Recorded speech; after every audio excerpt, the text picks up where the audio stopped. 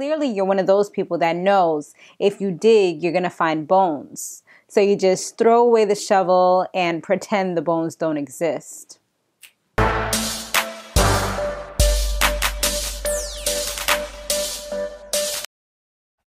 Hey, what's up? What's going on, everybody? So today we're going to be doing our Real Housewives of Atlanta recap.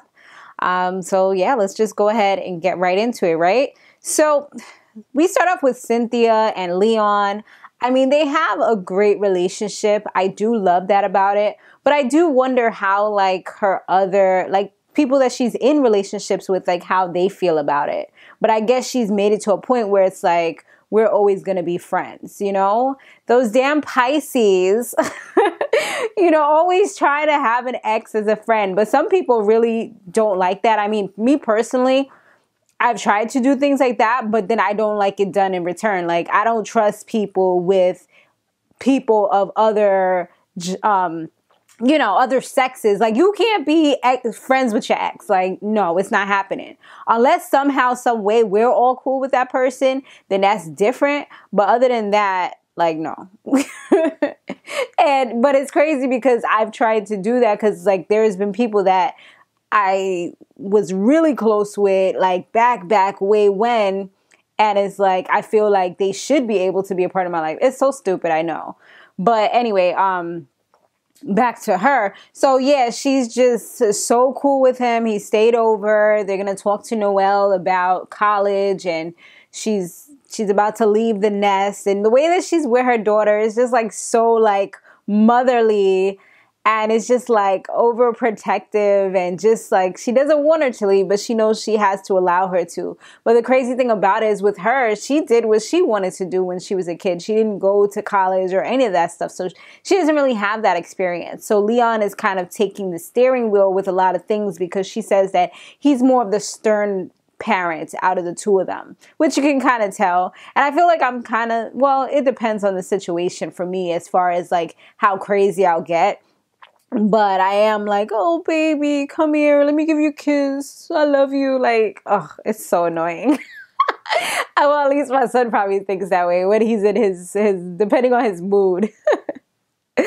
So Samore, she meets up with her guy, Ron, as well as Candy and Todd. They have like a little double date thing. It's kind of nice to have something with couples, you know, where you can kind of just sit down and share stories. Samore goes straight into it and asks her how she felt when she kind of brought up the whole open relationship. But Candy's like, she don't judge because whenever something crazy is being said, like people always look at her because of things that she revealed about having like one threesome and things like that. So it's like, it ain't nothing. And for her now, she kind of is a little more cautious as to what she tells people and who she says it to, just because of the way things kind of like got misconstrued in previous seasons. Samore said that she did meet up with one of the girls because Atlanta's so small, or the circle's so small. So she did get to meet one of the girls that he was doing when they had their little open relationship. And she was like, hey, let's have a threesome. But it just never kind of happened. I don't know. I think the girl was probably more interested in doing him than doing her. You know, she didn't want to like make it a little awkward or whatever. That is kind of weird. Like the girl thinks she's getting away with sleeping with your man, but it's like, I'm the one who kind of put it out there. I'm the one who let this be known. I'm the one who let this be okay. So what's good now? Like, you don't got one up on me.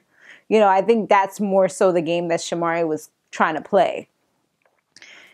So Nene, we get to see her new friend. Well, I guess, I don't know if it's her new friend, but the new person on the show, Tanya, her house. She has a nice house. It was really big, and she had like this secret woman cave where it was like a mirror. You just kind of opened it up and go in, and it had like Chanel and purses and shoes. It was like a secret closet or something like that, but I guess only with high-end Chanel stuff. And she says when she wants to get away, that's her place to go, which is cool, kind of like how guys have it.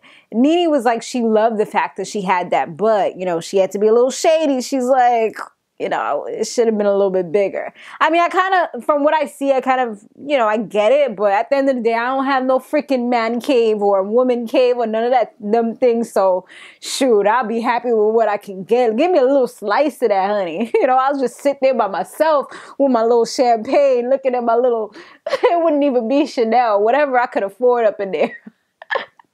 Shit. So she did bring up the fact that Tanya and her man Paul were engaged for like 7 years. And, well, she brought up the fact that some of the girls might feel some type of way. But Nene's like, you know, you live your life the way you want to do it. She's like, Tanya was like, it kind of made her think because of the way they were challenging her and asking her, oh, like, how long you been together? How long you been engaged? They were engaged for 3 whole years. So it's almost like a never ending engagement. I feel like some people do play that game just because they want to hold on to you, but they want to show that they're committed to you, but not go the extra step. Some people will play that game. But others, you know, it's just because they want to have their wedding a certain way, so they're getting their finances up, which I mean, at the end of the day, is their relationship. What works for them works for them. You know, obviously they're okay with it. She's in the house, they're together. So what, you know, she's happy. And that's exactly the kind of mentality that Nene had. She's like, you know, whatever works for them. So Nene, she was having an event she invited her to, which is called Boobs and Bourbon. She always wants to have like some type of theme or something. Portia and Candy ended up having a little conversation because, as we know, the last time they met up, it was kind of sour, kind of bad. So this was their time to kind of hash things out one-on-one, which is great. They don't need the whole audience or everything around. Portia was rocking her long purple dresses, just looking real mealish. And, you know, Candy complimented her. They sat down, drank juice and water.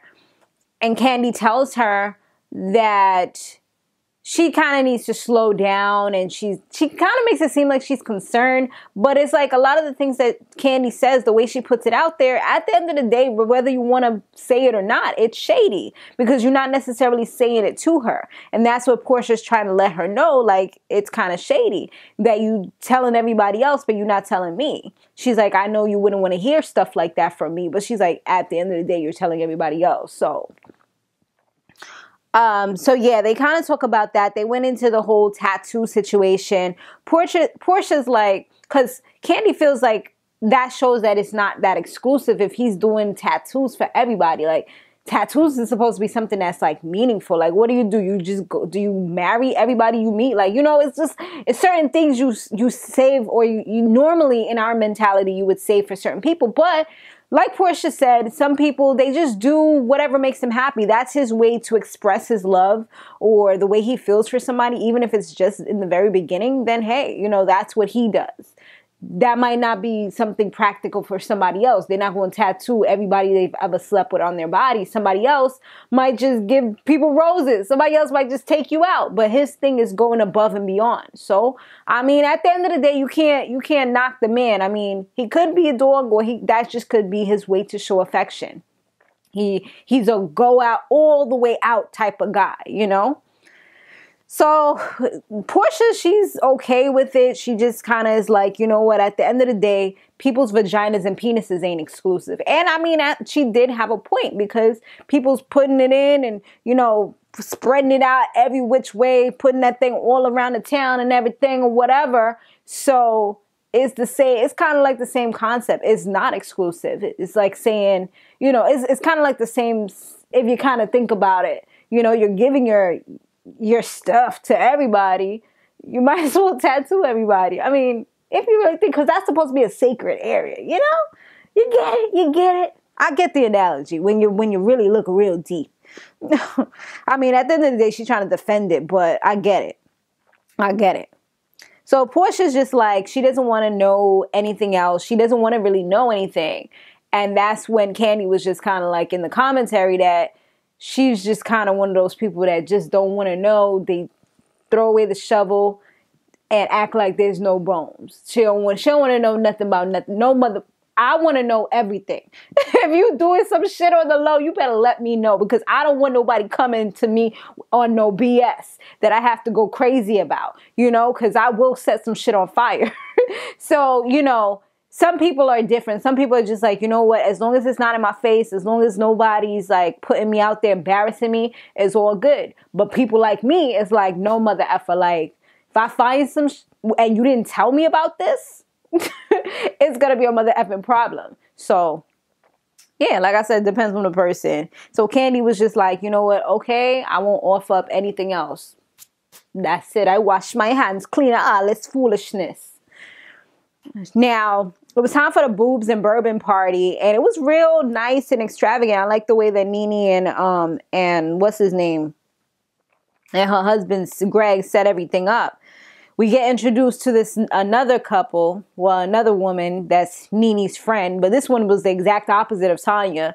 This was called Ivana, and her man's name was Rick. So Ivana, she came off straight off the back, like just super ghetto, just wanting her drink. Then she sit down at the table. They had like a little taste, and then they sit down at the table, and she's just like, yo, where's that waitress with my drink? Tell that bitch to bring my drink. And it's like, whoa, somebody has not gotten a little refined lesson, you know? I guess this is the ratchet one we need to throw into the mix. I was just like, she all the way hood. Like, damn, you grew up on the bad side of town, didn't you? I mean, a lot of them grew up on the bad side, but they've been on the good side so long that they don't act like they from the bad side unless they get tested. But she just like, you know what? F this. I ain't trying to be no different for the camera. F out of here. Like, I'm going to be who I want to be. So, yeah, she was just like, just showing who she was. And people was just like, oh, okay. It was funny because when Candy was about to sit down, Todd didn't like pull out her seat, and, you know, she had to check him real quick, like, oh, you're not being a gentleman today. He tried to, like, you know, fix it real quick and push in her chair at least, since he didn't pull it out for her. But, yeah, we caught that, Candy.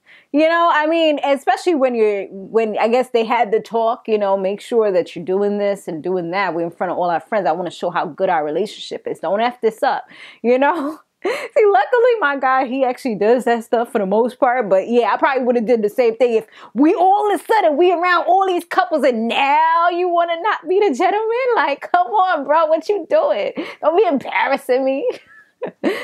So yeah, that's what was happening there. And Portia, she came in, and Samore, I guess she was a little offended because she feels like Portia went around, greeted everybody, and didn't greet her. Dennis, he went around, greeted everybody, gave people hugs. He even gave Candy a hug, even though he knew what was going on, you know? Candy was just kind of like, you know, what's up with that? Like, dude, he got girls waiting to jump me outside, because she had a feeling that he was feeling some type of way, because, I mean, he pretty much made it be known, telling people to stop talking about him and stuff like that. So, yeah, that was pretty interesting.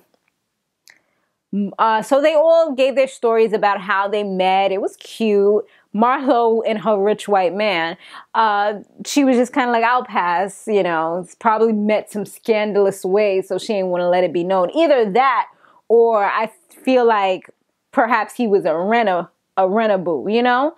Like, just, I need somebody to come with me, just hold my hand, smile when people tell jokes, and just don't say too much, okay? That's all I need you for. It was one of those two things. It had to be, honey. Nene brings up the fact that some of them went to college, some of them went to school together. This was like a way for Yvonne to kind of segue into what she had to say. So she's like, Eva and her went to the same school.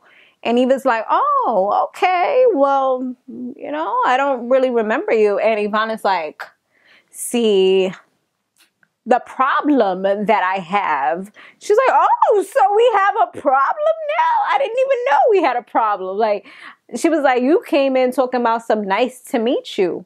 She was like, yeah, because I don't know you. She's like, I'm that bitch. Like, I was that bitch in school. Like, how could you not have known me? And her husband or boyfriend, whatever the hell the man was to her, I mean, he looked mortified. He looked like he was embarrassed. He was just there hanging his head low and shaking his head. He's just like, yo, this is why. I know in his head, he's like, yo, this is why I didn't want to come here in the first place. This is why she shouldn't have been drinking so much. now she about to act crazy. Because I'm pretty sure he know the blow up be real. Because he looked like he was like, here it comes. Shit.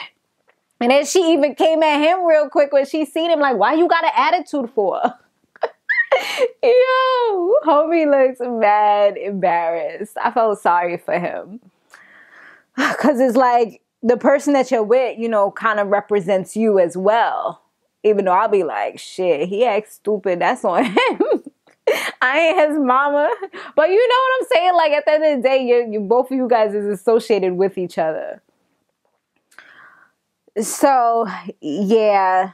Now it's revealed that they all going to be going on a couples trip. So I'm like, how the hell is this going to go? Probably not too well. Luckily, the whole situation between Ivana and Eva didn't really escalate. But I feel like them being somewhere for a long amount of time, I don't know. You know, Eva ain't really pregnant anymore. She'll probably try not to get too crazy just because she doesn't want to come off as a ratchet person for her modeling gigs or whatever. But I mean, right now, she's probably not doing too much modeling anyway. So, I mean, but you got to think about your modeling career at the end of the day. So she probably won't like, I don't know. I just feel like she probably won't try to fight anybody.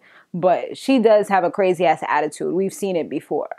So I don't know. We're going to see how that's going to go down. I'm kind of excited to see that. But I wonder if all of them is going. So now last thing they showed was that it's Dennis' birthday and Portia throws this nice little thing together. She got a little chef cooking. I guess they just always have chefs, like personal chefs coming to the house or whatever. So yeah, they have a little chef. Then she got the little mood set up nicely, got him some little gifts. She gives him 2 little gifts first. He opens one. He's just kind of like, what's going on here? Then he opens the other one like, what's happening? She's like, I'm pregnant. So, oh my goodness, the way that he reacted was absolutely beautiful. It was priceless. He just looked overjoyed. He literally started crying. So it's not like one of those guys, he like, oh shit, life is over. Like, it looks like that's something that he's probably, I mean, I don't think he has any kids from what she said. So it looks like it's something he always wanted, you know, and she's able to give him that. And that's something, of course, we all know that she's been wanting for some time now. So they're, regardless to where they end up, you know, at least that's something beautiful that they'll always share. So yes, honey, I'm pretty sure he's going to move a little faster with that ring now. And from social media, keeping us up to date, I do know that she is engaged right now. So beautiful things, honey, beautiful things. Things are coming together for her. But, yeah, it's about to get real messy, I'm pretty sure, in the next few episodes. So we gonna watch. And y'all let me know down below. Thanks for watching, guys. Check out my Love and Hip Hop later on today on my other channel. Stay fabulous, live free, and soar limitless. I'll see you in the next one.